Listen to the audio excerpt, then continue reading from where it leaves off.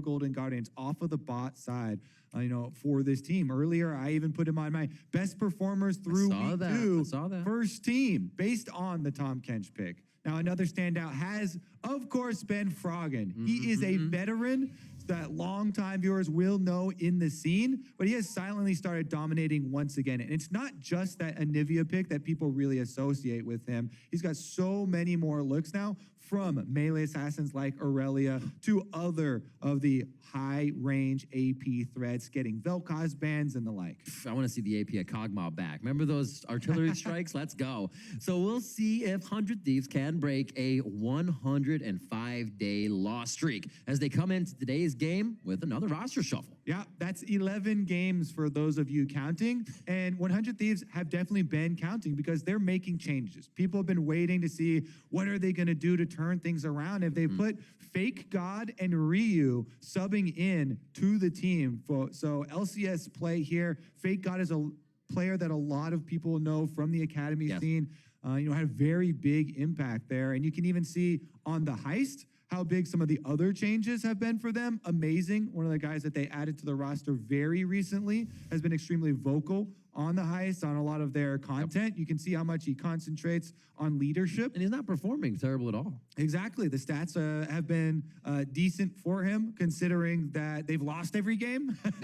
They aren't the greatest, and he did have a rough game after first getting here off the plane. But we shall see if it starts to all come together for them, because 100 Thieves definitely need something new. So maybe a leadership direction or some of these substitution changes from the academy roster will be what they need to start the change in their season. Absolutely, because it's not just putting names on paper, right? Amazing tweeted out the other week that while we have a lot of veteran status and history on this team, that doesn't mean it works right away. Nothing just comes together.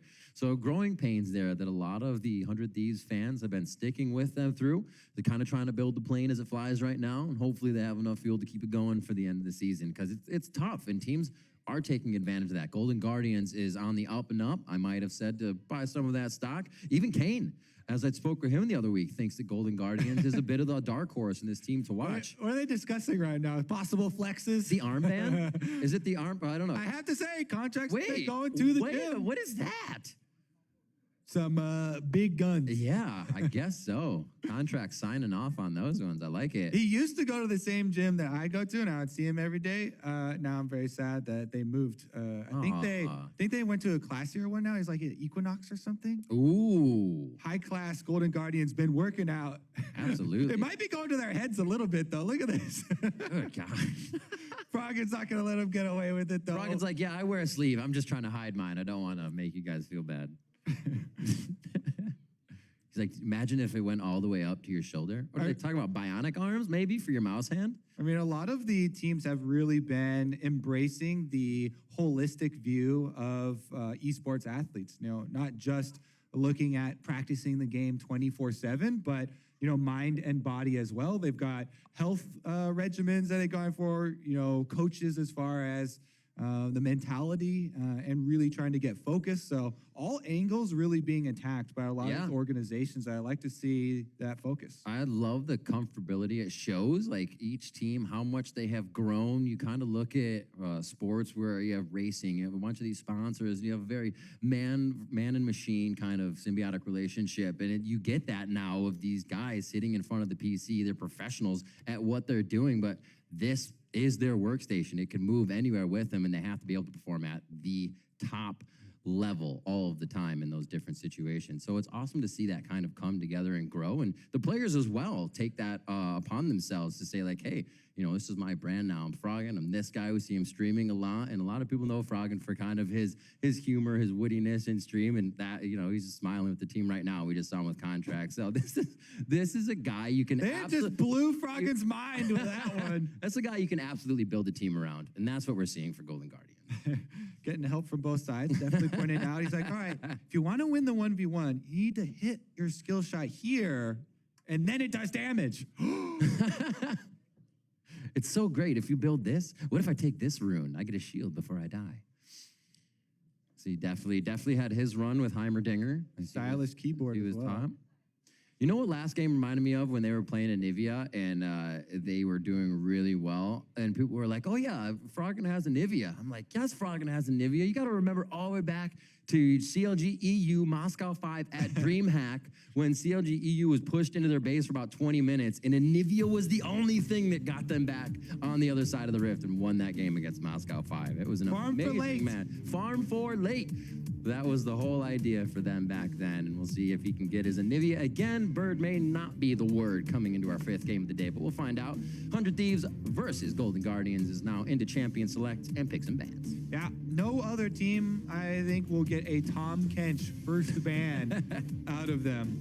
100 Thieves definitely been paying attention to Golden Guardians' successes as their 3 wins are all with Ole's Tom Kench. And it's not just, oh, the result of the game was a victory, therefore ban this Tom Kench. It's looking at his plays in the bottom side. They really defined how the bottom lane for this team plays. Let's see what else they have. I think that the last time that it was banned out, he went with the Thresh, which has sort of similar properties in trying to save people with Lantern, but you cannot replace the offensive stats that Tom Kench now has as a melee champion because they buffed up the health and the combat there is very quick, and Ole was able to stack up the passive very quickly and get a lot of offensive devours, not just looking at defensive plays. It might be better with Thresh if you could force your teammate to take the Lantern. Like as soon as you hit him with it, point blank in the forehead, they got to take it. And technically, we had all 3 support bans here, even though Sona and Yumi are both True. universally banned, not necessarily You're like player-specific. Compositions when you take out those 3 champions. Not how it should be. Looking at Draven on the side of Golden Guardians. Nice, locked in for Deftly with the Olaf. A lot of fight prowess brought to the table right off 2 picks. That is some early game power here. Yes. And one of the biggest differences that I saw between LCS and LEC when I was analyzing Europe is the difference in priority on Draven. Draven gets so many bans over in Europe.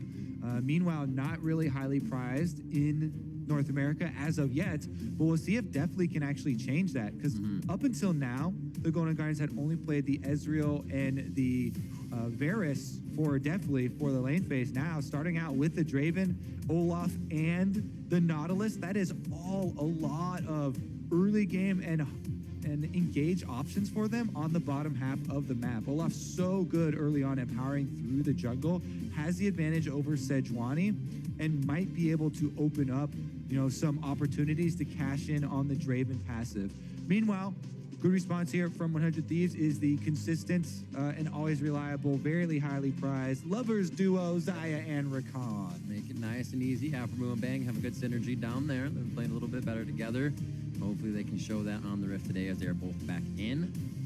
100 Thieves looking for their first win here in week 3. Golden Guardians feeling good at 3-1 as we get our second phase of bans with that Froggen and Nivea on there for 100 Thieves out. 10 seconds left. And one thing you usually look for when you pick your Xayah Rakan into the Draven lane is trying to abuse Draven when he goes to pick up axes, because there is a very clear shining light on the ground. You can place your feathers there as Xayah, and Rakan can early W to try and get the knockup of Draven going to this spot. But the Nautilus last round pick there for Golden Guardians is a very good answer to Rakan, because Nautilus far more tanky in just base stats and taking the aftershock than Rakan. So you can lock him down with the passive.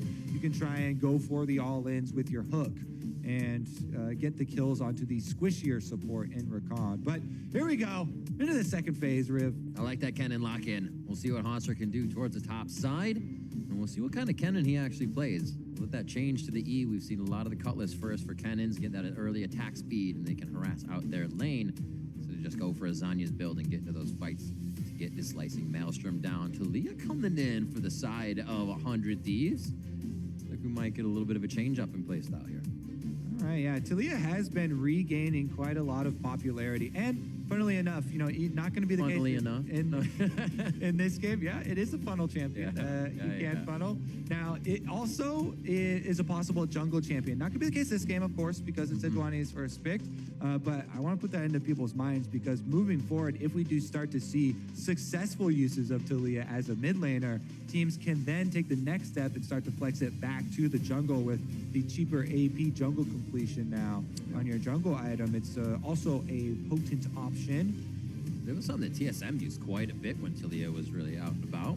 You know, TSM, Bjergsen, and Pobelt are using that, and then the junglers alike. Oh, there's the Lux. Right. I was going to say Lux would have been awesome after they saw Draven, but I don't really plan to play Lux into Draven and Nautilus, because if you do get caught, you're done. This seems awesome.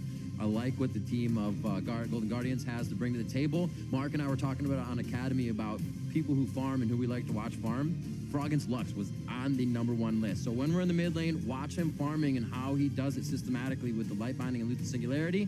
I'm excited for this game because we also got Rumble, who's been banned out quite a bit, and it's on Fake God, who's just joining into the LCS team for this week for 100 Thieves. Yep, Fake God and Ryu on stage here. They get the Rumble and the Talia being placed in Ryu's hands. Possible roams from the mid lane. Let's see why 100 Thieves have put these players in. Meanwhile, opposing them, Froggen is a long-time Lux player. He is not someone who jumped on the recent hype train of Lux.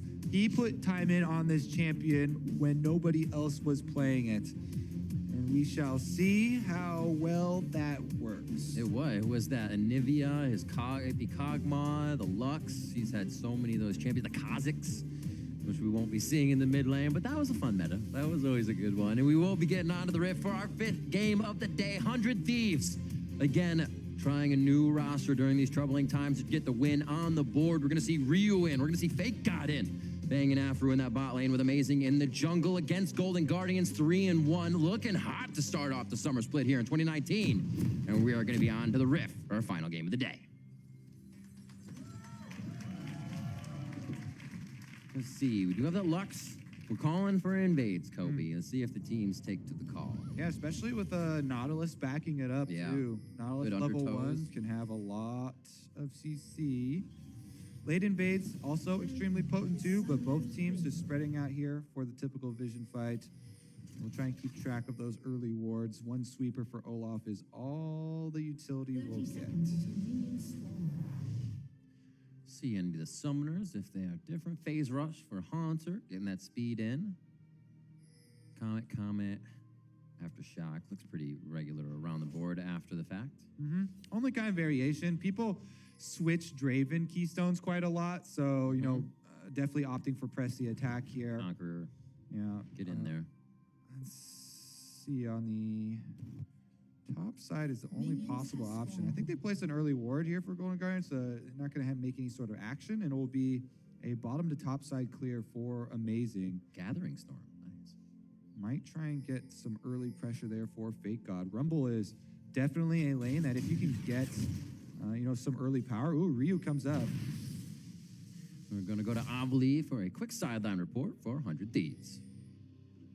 Thanks, guys. Just had a really quick chat with Coach Frawley asking why Ryu and Fake God are in today. He said that out of all the team combinations that they tried during scrims, this one was the team that just worked the best. He also said, I asked in response to what's really holding the team back, week 3 and still not a win. He said that confidence is key and that they're trying to let go of a lot of extra baggage and trying to learn how to fly again. Back to you guys. Well, hopefully this becomes the game that can happen in. Trying a few different members as well, tweeting out today that there could be a different team coming into tomorrow. So really feeling it out. And second guessing yourself in a game is one of the things that can turn it around the quickest. So having confidence coming in with this 5 is a great reason to put them all in the Rift together. Yeah, they're definitely going to be key. Also, let me know how if you figure out how to fly. I've been working on that one myself for quite a while here. I haven't quite gotten the hang of it. If they can, I think they can take every team in the LCS. We'll see season 100 Thieves back again. All right. Off the ground. Bottom lane roaming up after pushing in here. It is over the early scuttle ward, though, so Ole gonna make a pass. I do like looking for those passes when you have the openings, but It is going to be 100 Thieves Vision that will spot him out, and he's just going to leave behind a ward of his own pretty deep at the Raptors. Nice fight in the mid lane. We see the trade back and forth. We'll see if that knowledge and vision gives anything privy over to the side of GGS. Amazing is towards the top side of the map right now. Haunter's having a difficult time pushing in the Flame Splitter as he would, but Fake God versus Haunter. We'll see how he matches up. Still doing quite well in CS, and it's just cleaning up this wave for now. Yeah, Haunter's been a huge performer for the Golden Guardians. I have to say, it's definitely going to be a challenging one for Fake God. It's his time on the LCS stage, but fighting over Scuttlecrab right now. Amazing does get the smite and is able to get out, avoiding the light binding and the possible collapse there from Olaf. Contracts level 4 was headed right down the river, so dodging that binding was critical to his survival. Gotta get the Scuttle, gotta get the other Scuttle. He's down, ooh, damage onto Deathly. He's down to 300 HP, catches the axe, still has damage, but no turnaround is going to be there. As good shields sustain there from Bang and Afro Moo. Gotta be careful about contracts, though. That's exactly what we talked about in Champ Select, where the Rakan goes with the early W at the placement of the axe and is able to get the knockup onto Deathly. That's an Ignite burn, though, so Deathly chugs his potion afterwards and going to try and heal back up. One summoner is flown, but a health lead remains for 100 Thieves. They ping question mark on that Raptor ward they placed as it went away. Said hasn't been back, but he's probably going to be bottom as we saw each other top. So a little bit of knowledge there can be given to Golden Guardians. A lot of pressure already from Froggen. We've seen him leaving lane, being around Ryu instead of against Ryu already, and that almost got an effect onto Amazing with Contract's help. Still quiet on the home front. Just a bit of a gold lead here for GGS in farming. It looks like Contracts is going to try to get himself in the jungle to see what he can find out. It's a game of cat and mouse as they're just invading each other. Ring around the rosy here. It looks like Contracts is going to be the first one to the play. He went the long way around. Oh, they're going right back in. They want to stop the damage on Deathly. Slows him coming into the fight. He's going to get the heal back on to get distance in. There's the teleport, however, coming back into the fight. Afro Moo and Bang have to choose how this is going to end up. It's Fake God now from the top lane. That communication is there. But can 100 Thieves close it out? That's been the question. Golden Guardians is going to have 4 members now to the 3 in bot side. And it looks like this one fizzled out with all those teleports being used across the map. Party in the bot lane, Riv. And another thing we alluded to with the Draven, Nautilus, Olaf first 3 picks from Golden Guardians was a possible bottom lane focus. It comes to fruition. Ole flashes in on the Nautilus, starting out the fight, goes in onto Bang and Afro Moo. Contracts chases them down on the Olaf. They're able to finish off the kill, and Haunter arrives here with the cannon at a similar timing as Fake God. So the even numbers mean that Golden Guardians will be able to retain their lead there. They get the extra kill. I believe they struck first, and we're able to get the first blood bonus as well. So that is over 1,000 gold lead now for the Golden Guardians. Monster's got that wave piling up nicely on the top side too, just in front of his turret. So unless that's pushed in, he gets to kind of hang out for a moment and farm that up. Definitely also was able to cash in. This early in the game, the Draven bonus isn't that much, but still does feel good and adds a little bit of extra money there. BF sword to pickaxe and an extra Doran's blade. Definitely is just going full bully mode now on the bottom side of the map. This is how you want to play Draven. Huge attack damage, and he's got the extra lifesteal off the second Doran's here. It is going to be so difficult for Bang and Afro Moo to take any trades. Literally just in a stand-up fight. Ole is more tanky than Afro Moo, and definitely does more damage for auto than Bang. So it has to be some creative plays. You know, Ryu's level 6 on Talia. Maybe it comes from some roams from Talia. Maybe they just opt to fight somewhere else. I believe it was absolute focus for Deathly as well with Gathering Storm. So he's only going to get stronger, and if he's healthy, he's stronger. So he's definitely looking to keep back and throw those axes and keep them caught. The BF sword is going to help out quite a bit. You can see the respect from Afro Moo and Bang. He doesn't want to lose that Fae Feathers passive shield or just start taking axes to the face.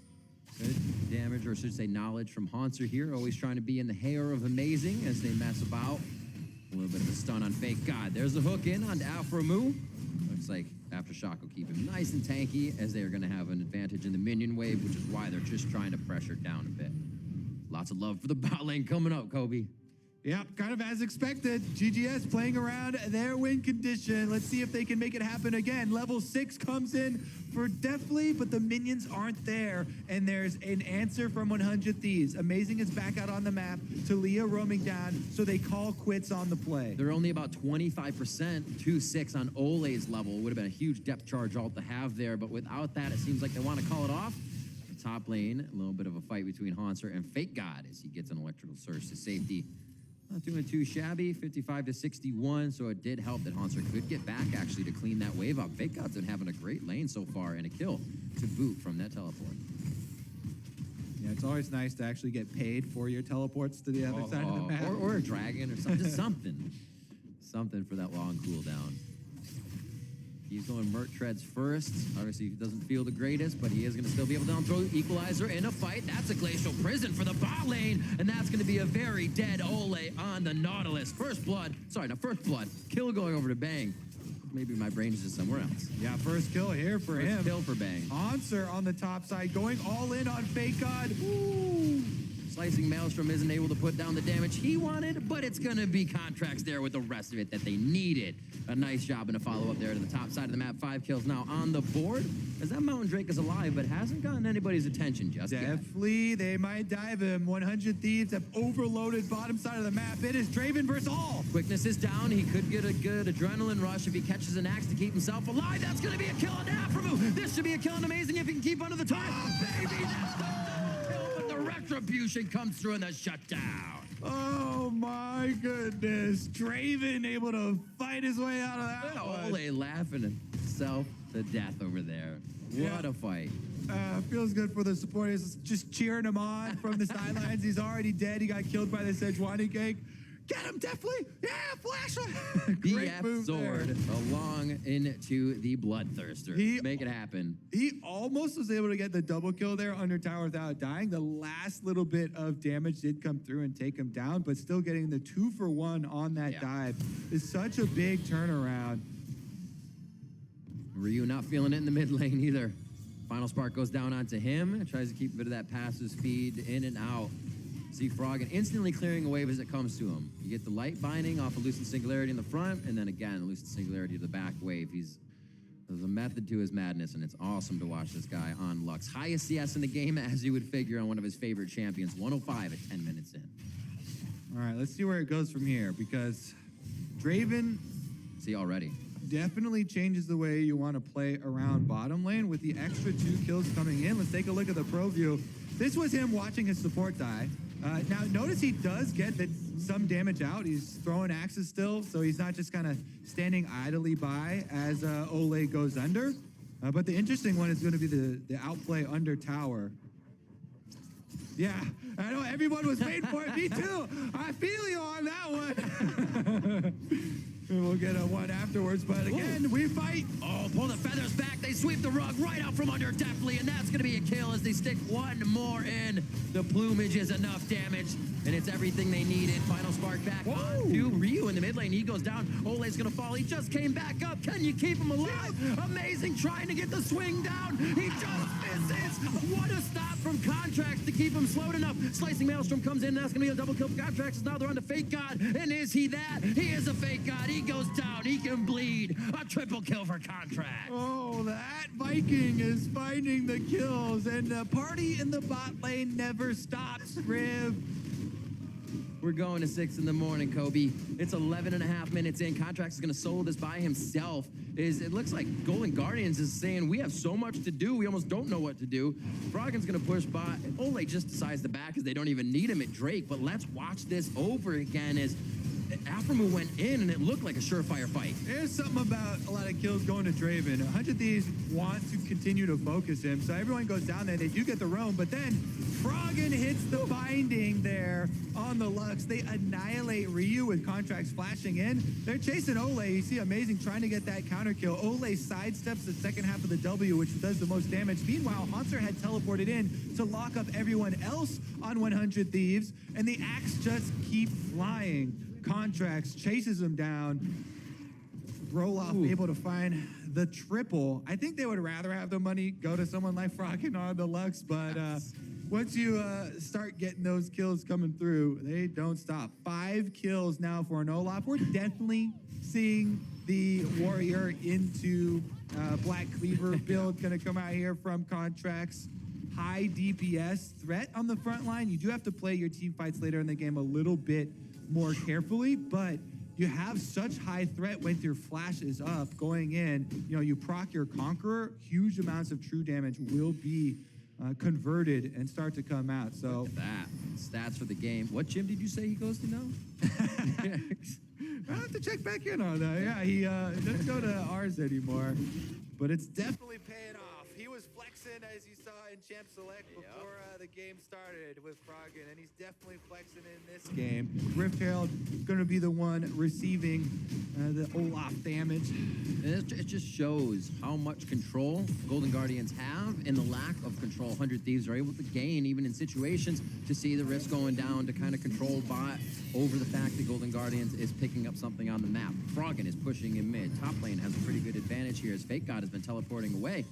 Golden Guardians are not at a shortage of advantage right now to make anything they want to have happen. And that's going to be Rift mid. I think Olaf should just back off here and give... Yeah, there you go. This is how you pay your solo laners back when you're the one that gets all the early kills. Kobe, as a jungler, I'm very surprised you said that, but I respect it. Oh, Aframu, he's got a long way to go for the quickness catches. Uses the W on the second one. They are going to be able to get Froggen down. And what are you doing, Contracts? He's going hard. He's going to be able to get 1 kill in a 4v5, 4v1, 5v1. In the end, as it goes down, he only grabs 1 for his troubles, and that's a big shutdown going over to Fake God. Riv, if you take a look at this scoreboard, there used to be bounties on these two champions. There were bounties. Now they're both gray over here. Let me highlight that for you as well. Boom, boom, oh. So that is definitely in the favor of 100 Thieves. Golden Guardians were giving over the turret plate money to Froggen. He flashes the Sejuani ultimate, does survive, but Afromu makes the long roam play. This is a huge game changer for 100 Thieves to get shut down on a Lux. That was a small one, but then the shutdown on a Contracts is also big. Contracts did get the counter kill there and takes down 1, but I think 100 Thieves very happy with their end of the bargain because of the bounty money that was also given over. That being said, Golden Guardians still have a very healthy lead, but when you have leads like this, you have to be a little bit more careful about giving over those, you know, big piles of gold. We'll see where we at. I'm actually going to look at definitely 81 so far, as he's cashed in on a few already, but he's building them back up, so it'll be a nice cash in for him. Look for a bit more items and be a giant Draven. He needs the protection, though. Ole's got to stand by him. Ryu making quick work of this bottom turret as we get back onto the Rift after some purchases here. Ryu's not sporting that full item just yet. He got sword boots. He's working into that Ludens. Make some extra damage work here for the lane. See him get his way out of this one. Flashes. All right, definitely. It is up to you to stay alive. Oh, nice try. That's going to be a tough one. 3v1 in the bot lane has been quite a party down here, and the invites just keep coming. 100 Thieves, counterattack after counterattack. This one gets them the turret. They continue pushing. Golden Guardians will answer in mid lane. Ole and Froggen will finish off that one. Froggen feeling good. 20 CS up over anybody in the game currently on this Lux, and he has controlled mid lane. Let's see what happens when you can break out of that mid lane with this long-range CC power, as well as Fake God under his turret. So Haunter coming up with the ability to teleport. They have both matched, Haunter and Fake God, on those TPs, so we can see that coming up to be a big moment once again for them. Top lane Ryu, looks like they're trying to get one of these kills again. We just saw something like this in the mid lane, maybe in the top lane as well. Yeah, Ryu constantly looking for plays here.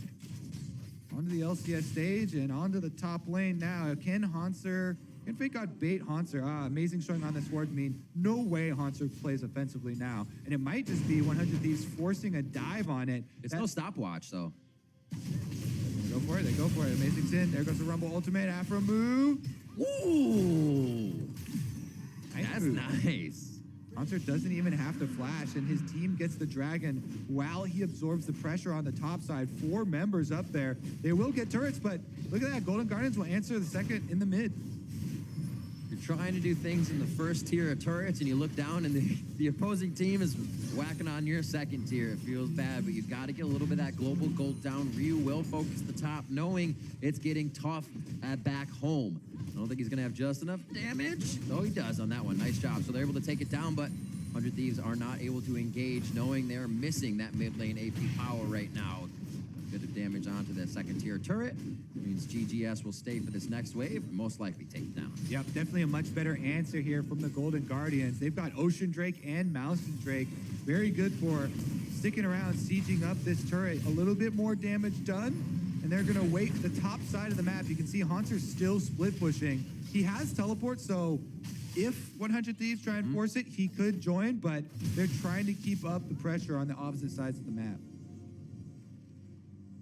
Haunter will take his turret down soon. Obviously, no turret plates, as those have gone for about 4 minutes now. But he has a level up on his opponent. They have second level of ultimate, but it looks like he'll actually not take that turret right away. What is that HP? So a few auto attacks would have hit it. Looks like they'll take back one more wave and then control it a little bit more with that turret down. But so far, the rotation towards mid, a bit interesting. Baron's not going to be up, and Dragon's not going to be up. All right, Golden Guardians coming out in full force, straight down that mid lane. Like you said, there's not a whole lot for them to get there, though. So we'll see if they spread back out, because you have to tend to your side lanes first. There's no neutral objectives coming up very quickly. Baron is in 1 minute, so Ole is getting deep vision leading up to the Baron right now. It's very important. As soon as you see that about to spawn, this quadrant of the map becomes the quadrant of the map that everyone worries about. That's why you see all of these control wards. Ole making the early visit, and even though the Scuttle Crab is there, Golden Guardians establishing their control so that on arrival, they can try to leverage that into some advantage here. I like that little movement by Ole, staying out of vision and keeping himself ready to engage on any fights behind the turret. Aphromoo seen on a ward. I don't know if they're going to try to collapse on him. Nice scryers. Bloom keeps himself safe as he puts some deep vision in. 100 Thieves need to keep that vision up. They can't get caught by bindings, depth charge, anything that can come from long range. You also have Whirling Death. They're not going to start a fight, but you got to watch for it. All right, they're making a hard push on mid lane with the extra damage from Demolish. They get 70%, 80% of the turret. And Ole's ultimate actually now on cooldown. That's a big one. Big depth charge out. He was just able to walk away with that one. Amazing. Taking the air pathing back down into the mid lane as he thought he'd make it safely. Contracts broke his permafrost, so he definitely could have been slowed there. And now Golden Guardians will make their way back down mid with that pressure and retreat to see if they can pull out 100 Thieves. Looks actually like a reset. They won't even worry about Baron this time around. Yeah, and with everyone focusing mid lane like that, you have to keep your eyes on these wards that were placed, these deep blue buff wards that we're talking about right here and here. Not only do those give vision leading up to Baron, but they're also possible sources of the Kennen teleport. Yep. If that Kennen flanks around behind 100 Thieves, then it just destroys their team fight. Haunter definitely has the possibilities here. Flash is ready, does have the Gunblade as well as some flat penetration with the Oblivion Orb. So he's looking for those possible entrances if 100 Thieves group up a little bit and get too far out, open onto the map. That is a big chunk of change in pink wards bought by Golden Guardians. Intention in inventory. They are going to have ward wars here over by Baron as they set up a light bright of vision to see where 100 Thieves is going to be coming from. A few of those placed out. No stopwatch for Haunter, but he's still pretty dangerous with his Gunblade finish and a little bit of penetration. Doesn't look like they'll really tempt the fight just now. They like the vision they have. Let's see if they can take a fight in the bottom part of the jungle here. Maybe an erroneous engage by Aphromoo. If he goes in, they can get the crowd control. Amazing has been a target. The Golden Guardians are not afraid to hit, but it has more than not caused them to take damage they have not wanted to take. And remember, the Golden Guardians are the ones with the dragons. They have Ocean Drake, so Contracts can back up out of combat here, trying to sustain. 100 Thieves make a power move past mid lane to take down the control ward. Keeping my eyes on the Froggen, and definitely if they stay in the back, you're watching for Aphromoo to get the quickness on to get in this fight. Fake God's going to drop the welcome carpet, and he's going to make sure that they don't engage. Depth charge does not trigger the fight just yet, but that is a huge ultimate out. And that is a very big binding whirling death coming across, causing the flash out of Ryu, and that's all it takes. Froggen was able to deny vision for just a second and attack. The fadeaway right here, Froggen, everyone walking back, lures them in. He lands the double binding again. That is another big play off of a binding landing. That one rewards you with Mountain Drake number 2. And the Baron situation for 100 Thieves just got that much worse. Cannot believe that he is bringing out the Lux like this. And one of my favorite builds, usually don't build her too much differently, but just complete glass cannon. You get caught, you are dead. There's really no way around it. She doesn't have that much escape. All up to you. And again, almost drops Ryu. He just returned from the base, and he gets the same treatment coming in from Froggen. It's only going to be one more Lucent Singularity, but the light binding hits as the Singularity goes by, and that's a single kill for Froggen as they're coming up onto Amazing. He's again one of the targets, and he does go down fast. Light binding into Lucent Singularity so they can keep eyes on the jungler. Froggen is just playing off the ball so well for the team and fighting everyone around him at the same time. Whew. I mean, that comes from a mid laner just knowing the timing, playing so much Dalia, able to line up the bind. Oh, is he gonna hit this one too? Disgusting. Yikes. There's no ultimate. You know, thankfully for Amazing, the cooldown isn't that low. It's up. But now it is. He went for it. Better back. Yeah, not gonna find this one. Warmog's also ticking away for Amazing, trying to regenerate up, but honestly, Here's this one more time. let's take a look at how it all started. Trading a lot of ultimates here. You know, Sejuani ult into the Nautilus ult, and then Banks' reaction. But Instant pink ward. Yep, Froggen was waiting while everyone else is walking away. Ole never gave it away. He was a very good actor there, kept walking towards the dragon. And once they got him into range, that was just great luring. And then here's another zoom in. Froggen on the bottom of your screen there lines up the binding on Ryu, knocks him off of the wall with the predicted timing there, getting that one down to the second, then finds him in the, I thought he was going to die there to the Rumble, but Fake God could not commit as they were going to lose the team fight. Even that throw from Froggen was disgusting. One ability to the right, you clean the other free space of that tunnel with your Lucent Singularity on the other side and walked into by Ryu. So, oh my, he is so on point. And with confidence in that much play, you start making the all-star plays we're seeing here. These bindings that are hitting double and these final sparks that are causing the final fights. 25 minutes coming up on the clock. A few bits of last defense here on the second tier turret. Ole's gonna step up. They take down Rumble. Fake God's down to about 200 HP. And he is going to get out of that one alive with the scrap shield. 12-8 on that scoreboard. A lot of these kills across the board, which is why Golden Guardians feels so strong as a team right now. It's not all packed onto one person. Huge summer split here for Golden Guardians. They take this game sitting at 4-1, by far the organization's best opening ever.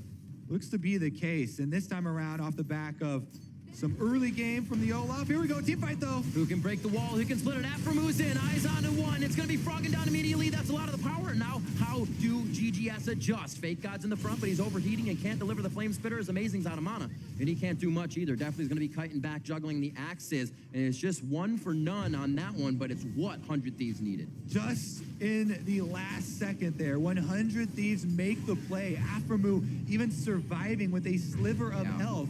They put a stop to this Baron push. When it seemed like Golden Guardians were just gonna steamroll their way through the base, they make the big comeback play, and 100 Thieves are able to stand tall. Let's take a look at it. It's Aframu as well as Amazing coming around the outside. Really nice Talia wall. Makes it so that Froggen doesn't have space, and Aframu gets right in there for the execution. They lock him up, they take down the Lux, which is the heart here of the team. That puts a stop to this Baron push. Ooh. Cat and mouse being played. How much do they want this? Good hits onto Ole. A little out of position, being the caboose of the team without having vision across mid. And he goes down. What is this? 100 Thieves trying to tack back into the game, and they're doing it in the middle of the map, which helps even more. 100 Thieves still have heart. They're striking back here. Play after play. Another counterattack. This actually will put a full stop to the gains of that Baron. Looks like they'll be able to clear out their waves, reset the lanes a little bit. They have to worry about some forward vision that could cause teleport problems, but lucky for them, that's only Lux's teleport that's up, and we probably won't see Froggen going on Mission Impossible by himself as Glass Cannon Lux. Looking for Morello next for him. Last Whisper being built up by Deathly into one of his items, Dominic's. Or something. I can't even remember the other one right now. That's what happens when you try to think of all the items at once. Ocean Drake coming down into the game. Looks like this one's just going to be Golden Guardians. Great job by them to control all of this map and make the simple things easy for themselves. Not have to worry about a big fight with 100 Thieves for just the scrappy things. And they do have priority on bottom side. Haunts are the level 16 cannons pushing the wave in first. They can pressure mid lane here. They're the ones with all the damage on that mid lane inhibitor turret. I think they would want to cut off that minion wave, but I guess they're just sending everyone bottom. They're racing it. This is going to be a little bit of a race here, Riv. Let's see if they can actually get inside first. They're going to backdoor the turret. No minions around. They bully it. It's going to be quite tough. Prismatic Barrier comes out for a bit of a shield, and that's the Contracts taking it. Nice Whirling Death actually stops Bang from coming back. That's the AD DPS that they're going to want in this fight. That's the Welcoming Carpet coming out. Oh, Final Spark is all she wrote for Fake God. That's the kill coming in for Contracts. He's able to follow up on the damage. Alpha Move can't get in on the fight. Bang is finally back to participate. Like GGS is already done. Oh my goodness. Made possible by controlled wards. Paid for right here. You mentioned it when they had it all in inventory, Riv, and the Golden Guardians just slipped through their defenses. Everybody down to the bottom side. Rush down the turret. It's been a long time since I've seen an actual backdoor that refers to killing a tower with no minions around. You know, a lot of times people will say it when, there's an undefended turret or something like that. That literally was them running straight past the defenses, taking it down, getting the inhibitor. They even got the pick onto Fake God and the extra kill for themselves. So put a stop to that momentum the 100 Thieves were trying to create for themselves. It becomes an incredibly risky play, Kobe, because if you're there a little too long, you see a lot more people then go down than you would expect. A little bit of Unraveled Earth stops GGS from getting back in on Ryu, and Amazing, he's looking for the side pinch. Nobody else is really in for the engage. They have to be careful with Fake God clearing bottom lane. It's the only super minions coming in, but they have to give it a little bit of respect so they don't lose a tower. Damage onto Amazing, he'll be out nice and easy with his passive as he cannot be slowed, but all of these little hits and damage on to 100 Thieves is going to make it a lot harder to take that Baron. Ryu wants to get a bit of vision as he locks the team into the Baron pit, but that's where they want to be. You've only saved them in their own panic room right now. From Moo to the back. Could get a good lockdown onto Contracts. You're going to be able to smite through that since it's not a suppress, and Baron goes down, but they do lose Ole right at the beginning. Very low for Amazing if he's going to be a target. Haunts are on the front line trying to deliver that damage as he puts Stopwatch down, and Contracts keeps himself alive so they can return to fight another day. With just Ole down, they still have Baron. They're losing a bit of control of that map. Oh, can Amazing find his way out? He was stopped here. I don't think they got sight of him, though. Sneaky little move there. Just barely got out of range of vision. Amazing will live. Every member of 100 Thieves survives. And Ole's the only one to get taken down, but GGS got what they came for. The Baron buff will be theirs to finish the job. I like how you said it all secretly.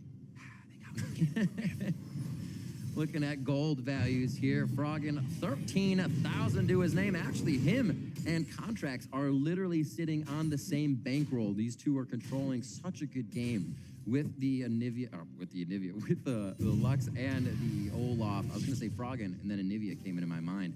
The guy just makes makes you think of things. As soon as you say Froggen, you're like, oh yeah, bird's the word. Not this time. His Lux has been absolutely awesome against 100 Thieves. It looks like they're going to be able to drop this second-tier turret on the top side. 4 Drakes to their name. Ocean in the form of 2 to keep them healthy, and Mountain in the form of 2 to keep these objectives falling. All right, let's see the siege. This Lux you're talking about, fully powered, level 16 now, access to the level 3 ultimate, and your favorite build with the death cap, full AP heavy. 32.5 seconds for all. How much damage on that ultimate as well, since you're looking up stats here? What do we have it on this one? Full yeah, it does. 966. And that's without popping the passive. Yeah, that one's going to leave a mark. Let's see if anyone gets caught in the light binding. Golden Guardians closing it in with the Baron buff. Mid will actually be the first one to fall with the cannon minions. One more hit. Can't quite get it. Maybe Hunter will slip right in there. Now they can back through another turret. 2 in 1 game. Oh, there's the wall once again. Defty gets in a great spot. He can fire in from the back, but does he have enough range to... Froggen's able to get himself to safety for a moment. Ole's going to go down first, and that's what Golden Guardians would have wanted in the situation if they had to lose anybody. 1 auto! Look at how much it healed up. It almost got back to full. Inhibitor's going to go down in mid as I kid. And now 32 minutes. The base is finally broken with Golden Guardians looking like they can stay to play a while. All right. 1 inhibitor down, only 4 members left. Sejuani goes in! Oh, this is going to be it, the make-or-break fight. Froggen didn't get caught in the back. His Contracts is the one fighting. Monster's fighting against Fake God. 1v1 as Ryu tries to make that a 2v1. Everybody's got fights on different fronts for Golden Guardians, and they're able to take them all down. Shots to the kisser against 100 Thieves, and they are not able to answer back with any love of their own. It's 15-12, and it has not shown to be that scrappy. Golden Guardians had such control over the game. The Lux from the mid lane, Contracts wreaking havoc on each lane from the beginning with this Olaf, and Hanser right to the fountain as they take down Bang to end the game.